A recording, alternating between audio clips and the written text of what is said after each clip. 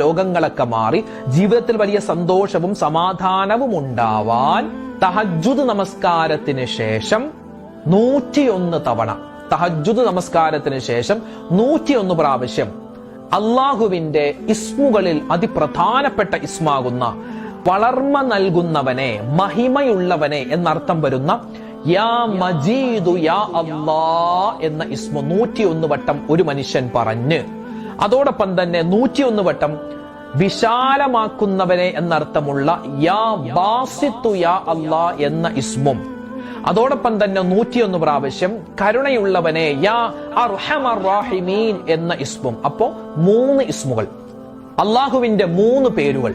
ഈ 3 പേര് ഏത് സമയത്താ പറയേണ്ടത്? തഹജ്ജുദ് നമസ്കാരത്തിന് ശേഷം. എത്ര വീതം പറയണം? 101 പ്രാവശ്യം വീതം. ഏതൊക്കെയാണ് ഇസ്മുകൾ? ഒന്ന് യാ മജീദു യാ അല്ലാ, യാ മജീദു യാ അല്ലാ, യാ മജീദു യാ അല്ലാ. രണ്ടാമത്തെ ഇസ്മ യാ ബാസിതു യാ അല്ലാ, യാ ബാസിതു യാ അല്ലാ, യാ ബാസിതു യാ അല്ലാ.